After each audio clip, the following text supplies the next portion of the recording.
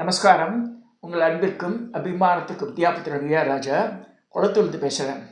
இப்போ இந்த அக்ஷர சக்தி பீடங்களில் நம்ம பார்க்கக்கூடியது 11வது சக்தி பீடம் பார்க்குறோம். AN letter. இது என்னுடைய 271வது வீடியோ. தயவுசெய்து சப்ஸ்கிரைப் பண்ணுங்க, ஷேர் பண்ணுங்க, லைக் பண்ணுங்க. சப்ஸ்கிரைபர்ஸ் நிறையா வேணும் எனக்கு. கொஞ்சம் தயவுசெய்து பண்ணுங்க. நான் வேறு எதுவும் கேட்கல உங்களை. இப்போ ஏன்னா சக்தி பீடங்கள் நாளைக்கு போய் இன்ட்ரெஸ்டிங்கான இருக்குது. 12வது லெட்டர் வரப்போகிறது. நாளைக்கு தமிழ்நாட்டில் வரக்கூடிய சக்தி பீடம் அது. நாளைக்கு கட்டாயம் மிஸ் பண்ணால் பாருங்கள் அது. இப்போ இந்த 271வது வீடியோவில் இந்த ஏகார அக்ஷரம் சொல்லியிருக்கு. இதுக்கு உண்டான தேவதை ரேவதின்னு சொல்லியிருக்கு. இந்த அம்பாள் பேர் ரேவதி. இது எங்கடா இருக்குன்னா, இதில் சொல்லும்போது ஜபல்பூர் நாகராஜன் புதுக்கோட்டையை பற்றி ரெஃபர் பண்ணுறார். புதுக்கோட்டையில் இருக்க கோவிலில் அஷ்டாதசபுஜ துர்கா மகாலட்சுமின்னு ஒரு ரூபம் இருக்குது. துர்கை தான் மகாலட்சுமி தான் துர்கையாக வரா. அது 18 கரங்கள், ஒரு முகம்தான் இருக்கும். நின்ற கோலத்தில் இருப்போம். அது தருமபுரம் ஆதீனத்துலையும் அது மாதிரி இருக்குது. இப்போ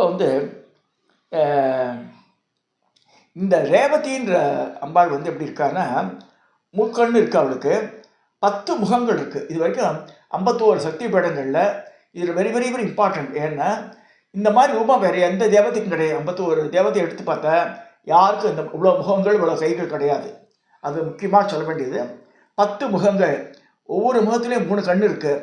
அப்போ 20 கைகள். அமர்ந்த கோலத்தில் சிகப்பு கலரில் இருக்காவோ அவள் சிம்மமாக உட்காந்துருக்கான் இருக்குது. ஸோ முக்கண்களோடு 10 முகங்கள், 20 கரங்கள் என கொண்டது உருவம் நம்மை வியக்க வைக்கிறது. 51 அக்ஷய சக்திகளில் இவள் ஒருவளை இத்தகைய ரூபத்தை கொண்டவள். இந்த தேவி ரூபத்தை வேறெங்கும் காண்பது அரிது. தாயன்பு ததுவும் அந்த முகங்களை வாழ்நாள் முழுதும் பார்த்து கொண்டே இருக்கலாம். ஆம், கருணை அம்சமும் கலை அம்சமும் அவ்வதனங்களை போட்டியிடவே பார்க்கிறோம். இங்கே அம்பாஜி கோவிலில் இது 11வது சன்னதி. இது சித்த சாப்பிரதந்திரம் 11வது அக்ஷரூபிணியான ஏகபாதா தேவின்னு ஒன்று பேர் இருக்கு. ரேவதின்னு ஒரு பேர் சொல்லிருக்க. ஏகபாதா ஏன்னு வருதுனால ஏகபாதா தேவின்னு ஒரு பேர் இருக்கு. ரூபலாவண்யத்தை ரேவதியோட ரூபம் இந்த பின்வரும் ஸ்லோகம் சொல்கிறது. என்ன சொல்கிறதுன்னா, அந்த ஸ்லோகம் ஏகாராக்கியா ரேவதி சாயாத் தசாஸ்ய குண்டலினி ரத்த சிம்ஹத் புஜா சிம்மவாகனா பாலலோச்சனா கரைதத்தே சக்கர சூல பாச கட்க கமண்டலாம் அக்ஷமாலா சூத்திரம் சசிமுத்ராம் புசிண்டீம் முத்கரம் பரம் வாமகத்தே கரைச்சங்கம் பிண்டீம் தும்ருக கேடான் கபாலம் தகனம் சோஷம் தண்டம் சைவததா பயோ. ரேவதி தேவி என்று அழைக்கப்படும் ஏகார தேவி 10 முகங்களுடன் பேருண்ட மாலினியாக கபால ஓடுகள், எலும்புகள் இதெல்லாம் மாலையாக போட்டுருக்காவோ. நெற்றிக்கண்ணுக்கு 20 கரங்களும் விளங்குகிறார். வலது புறம்டா 10 கரங்களில் முறையே சக்கரம், சூலம், பாசம், கட்கம், கமண்டலம், ருத்ராட்ச மாலை, சின்முத்திரை, புசுண்டி, முத்கரம் என்ற ஆயுதமும் வரமுத்திரை ஆகியவை காணப்படுகின்றன. இடது புறத்தில் இருக்கிறது சங்கு, பிண்டி, சந்திரன், மான், கபாலம், தகனச்செட்டி, குறுந்தடி, கதை, அபயமுத்திரை அவ்வளோ வச்சுருக்கா. இந்த மாதிரி அம்பாள் உட்காந்துருக்கா. சிம்மவாகத்தை உட்காந்துருக்கான் இருக்கு. ஏகார அக்ஷத்திரம் தோன்றிய இடத்தில் தான் தாட்சாயினின் நெத்தியில் உள்ள 3 மடிப்புகளும் விழுந்தன சொல்லிருக்கு. அதில் ஒரு டிஃபரன்ஸ் ஆஃப் ஒப்பீனியன் வருது. இது திரிஸ்ரோதஸ் என்ற சக்தி பீடமாக விளங்குகிறது என்று மேல் சந்திரம் கூறுகிறது. ஆனால் தந்திர சூடாமணி வேறு மாதிரி சொல்கிறது. என்னென்னா, இந்த சக்தி பீடத்தில் அம்பிகை இடது கால் விழுந்ததுன்னு சொல்கிறது தந்திர சூடாமணி. இப்போ எதுபடி வேணால் ஒரு அம்பா சக்தி பீடம் இருக்குது. அது திஸ்ரோதஸ், அதை 3 நதி கூட இருக்கிற மாதிரி சொல்கிறது. மேற்கு வங்காள மாநிலத்தில் வடகோடியிலே ஜல்பைகுரி என்ற மாவட்டத்துக்கு அழகூட்டும் பெரும் நதி தீஸ்தா. இதை ட்ரிஸ்ரோயா, டீஸ்டா, திஸ்ரோதா, அப்படிலாம் அழைக்கின்றன. கடல் மட்டத்திலிருந்து 17,500 அடி உயரத்தில் உள்ள கோலமான்ற ஒரு மலை, இமயமலையினுடைய சாரல் இருக்குது. அங்கேருந்து உற்பத்தி ஆகிறது. அங்கே பெரிய ஏரி இருக்குது. அந்த ஏரி தண்ணி ஆறா மாதிரி வருது. அந்த மாதிரி வரும்போது அந்த டோஷா, கல்ஜனி, ரைட்டா, ஜல் டக்கா, சங்கோஷ் முதலிய உபநதிகள் இதில் சேர்றது. எனவே தீஸ்தா நதி தான் கிழக்கு இமயமலைச்சாரில் உள்ள பனிமூடி சிகரங்களில் உருவாகி பிரம்மபுத்திரா உருவாகுது. அந்த பிரம்மபுத்திராவில் இதில் வந்து புல்சேரி என்ற இடத்துல வந்து இந்த இந்த பிரம்மபுத்திரா நதியோட இந்த திஸ்ரோதா கலக்கிறது. அப்போ வந்து ஜமுனான்னு பேர் வந்துடுது அந்த நதிக்கு. கங்கா ஜமுனான்னு சொல்கிறான் இல்லையா, இந்த ஜமுனான்ற பேர் பிரம்மபுத்திராவில் திஸ்ரோதா கலக்கிறதுன்னு சொல்லிருக்கு. தீஸ்தார் நீருடன் கலந்து பிரம்மபுத்திரா நதி அங்கு ஜமுனா என்று அழைக்கிறார்கள். சில கிலோமீட்டர் கடந்த பின் அந்த ஜமுனா நதியே பத்மா என்ற பெயரை அடைகிறது. எத்தனை பேர் மாறுது பாருங்க ஒவ்வொரு இடத்துலையும். அது இறுதியில் வங்கக்கடலில் சங்கமாவதுக்கு முன் இந்த நதியை மேகனா என்று அழைக்கின்றனர். கண்ணை கவரும் இயற்கை காட்சிகளை இரு மரங்களும் கொண்ட இந்த தீசா நதிக்கரையில் தான் நான் காண இருக்கும் சக்தி பீடம். ஜல்பைகுரி மாவட்டத்தில் வைகுந்தபூர் என்ற வனத்தோட்டத்தில் உள்ள அம்மன் கோவிலே மகா சக்தி பீடமாக வணங்கப்படுகிறது. இந்த திருக்கோவில் ஜல்பைகுரியிலிருந்து சுமார் 20 கிலோமீட்டர் தூரத்தில் அமைந்துள்ளது. சென்னையிலிருந்து புறப்படும் கவுஹாத்தி எக்ஸ்பிரஸ் ரயிலில் ஏறினால் 3ஆம் நாள் இரவு இந்த ஜல்பைகுரி போய் சேரலாம். அங்கேருந்து கஷ்டப்பட்டு போகணுன்றார். திஸ்ரோதா எனப்படும் மாயாசக்தி பீடத்தை இந்த தலத்தில் அம்மன் கோவில் போட்டு தெரிகிறது. அது கருவறை நாயின் பெயர் பிராமரி தேவி. பிராமரின்னா இந்த வண்டு, பிரம்மரம்னால வண்டு, பிரம்மராம்பிகான்னு சொல்லிட்டு ஸ்ரீசைலத்தில் ஆந்திராவில் ஒரு கோவில் இருக்குது. இது மல்லிகார்ஜுன சுவாமி பிரம்மராம்பிகா.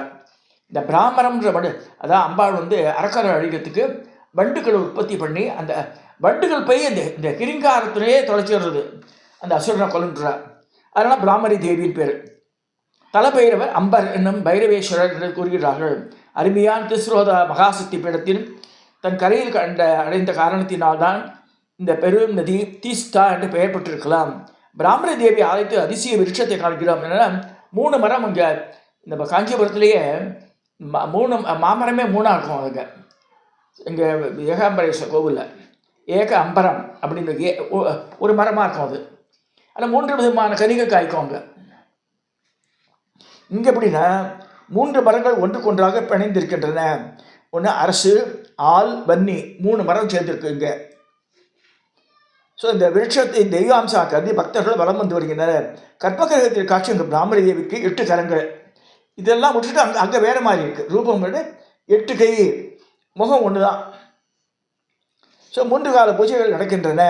அம்பா சிம்ம வாகனத்தில் உட்காந்துருக்கா. கால் பெருசாக தெரியும்.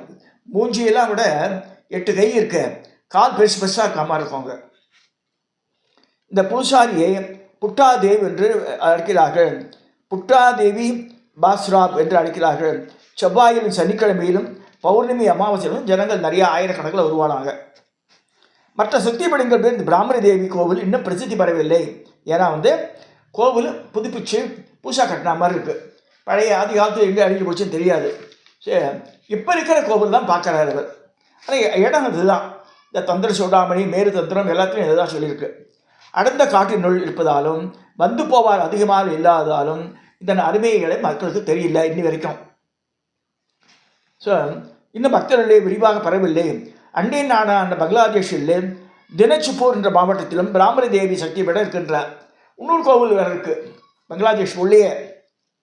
அதனால் குப்தா ப்ளஸ் பஞ்சிகா என்னும் வங்காள பஞ்சாங்கமும் இன்னொரு பெங்காலி பஞ்சாங்கமும் தாட்சாயணி இடதுகால விழுந்த திஸ்ரோதா தளத்தையே வேறு தந்திரம் ஏகாரம் பிறந்த சொல்லி சொல்கிறது. அவள் ஒரு பஞ்சாங்கம் அப்படியாக காமிக்கிறது. ஸோ திஸ்ரோதா தான் நம்ம எடுத்துக்கணும். ஸோ அங்கே பிராமரி தேவி அப்படி 8 கரங்கள் சிம்மவாக உட்காந்துருக்கா, அந்த மாதிரி காமிச்சிருக்காங்க.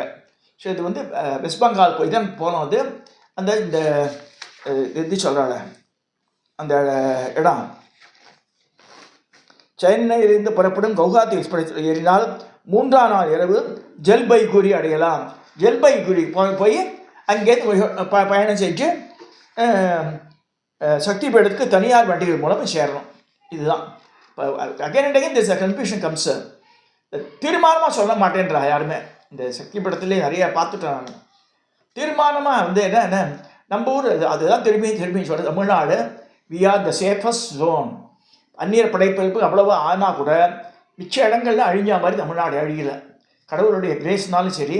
இங்கே வந்து இந்த தீபகற்பம் மாட்டம் இப்படி காமிச்சா கூட கீழே வந்துடுது தமிழ்நாடு. ஸோ நமக்கு வந்து சேஃபஸ்ட் பிளேஸு, காட்ஸ் கிரேஸ் இங்கே இருக்குது, ஆட்சியாளர்களும் நல்லா பண்ணுறா. ஸோ அதனால் வந்து வி ஆர் ஆல்வேஸ் இந்த சேஃபஸ்ட் ஜோன். அது we should thankful to the government as well as to the god அப்படிதான் சொல்லுவேன் நான். இங்கே பயம் இல்லை. திரும்ப திரும்ப யார் யாரும் யூடியூப்பில் பேசுகிறா, அதெல்லாம் விடுங்க. சத்தியமான வார்த்தை. கவர்மெண்ட் வந்து இஸ் டேக்கிங் கேர். இப்போ நாங்கள் குளத்தூரில் இருக்கோம், சீஃப் மினிஸ்டரோட தொகுதி தான் அது.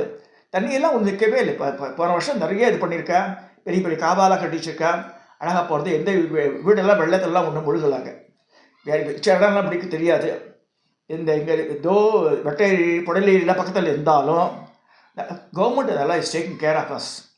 ஸோ அதனால் திருப்பி சொல்கிறேன் நான், தமிழ்நாடு மிச்ச மாநிலங்களை விட சூப்பர் மோஸ்ட் மாநிலம் நான் சொல்லுவேன் எனக்கு தெரிஞ்ச வரைக்கும். மிச்ச இடத்துல போனதுனால, அதாவது சீயிங் இஸ் பிலீவிங்கிட்டு இருக்கு. கண்ணில் பார்க்குறோம் மிச்ச இடத்த, மக்களை பார்க்குறோம், அந்த ஊரில் கிடைக்கிற வசதிகள்லாம் பார்க்குறோம். இதெல்லாம் எடுத்து பஸ்ஸே சொல்லலாம். ஆந்திரா கர்நாடகாவில் கன்றாவியாக இருக்கும், பஸ்ஸெல்லாம் உள்ளே போய் உட்கார கூட முடியாது. ஸோ நம்ம இதில் வந்து பேருந்து பயணங்கள், வண்டி, இது ஸ்டேஷன்ஸு, பஸ் ஸ்டாண்டு எல்லாம் நீட்டாக இருக்குது. இங்கே ரோடெல்லாம் கூட நல்லா தான் இருக்குது. ஸோ தமிழ்நாட்டில் வாழ்றது ஒரு பெரிய புண்ணியம் தான் நான் சொல்லுவேன் நான். ஸோ இதை சொல்லி இந்த மிச்ச இடத்துக்கெல்லாம் போயிட்டு அதுதான் சொல்கிறான். அங்கே போனால் தான் நமக்கு தெரியும். இங்கே உட்காந்துலாம் பேசக்கூடாது. இங்கே இருக்கிற இடத்தையே குறை சொல்லிட்டு பிரயோஜனம் இல்லை. நம்ம மிச்ச இடத்துக்கு ட்ராவல் பண்ணி பார்த்துட்டு வந்தால் தான் எப்பா நம்ம வீட்டுக்கெல்லாம் சொர்க்கத்துக்கு வந்து இப்போ சேருவோன்னு ஆகிடும். ஸோ கடவுளுடைய இது வந்து திருப்பி பிறந்தா தமிழ்நாட்டில் தான் பிறக்கணும்னு சொல்லுவேன் நான். திருப்பி அங்கெல்லாம் போய் பிறந்த பிரயோஜனம் கிடையாது.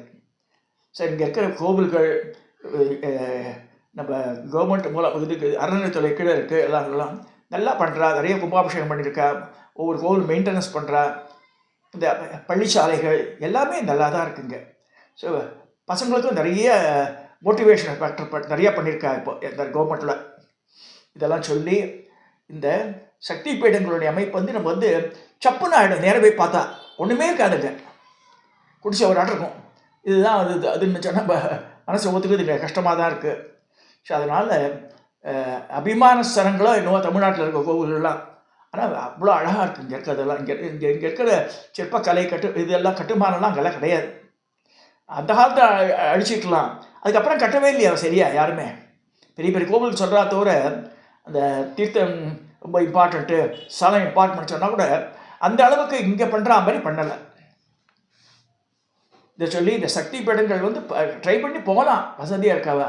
இங்கே கஷ்டப்பட்டு 3 நாள் 4 நாள் ட்ராவல் பண்ணி அங்கே போய்ட்டு அங்கே ஒன்றுமே இல்லைன்னா அப்படி ஆகிடும் போங்க இல்லையா. அதனால் நம்ம ஊர் கோவில் முதல்ல பாருங்கன்னு சொல்லுவாங்க.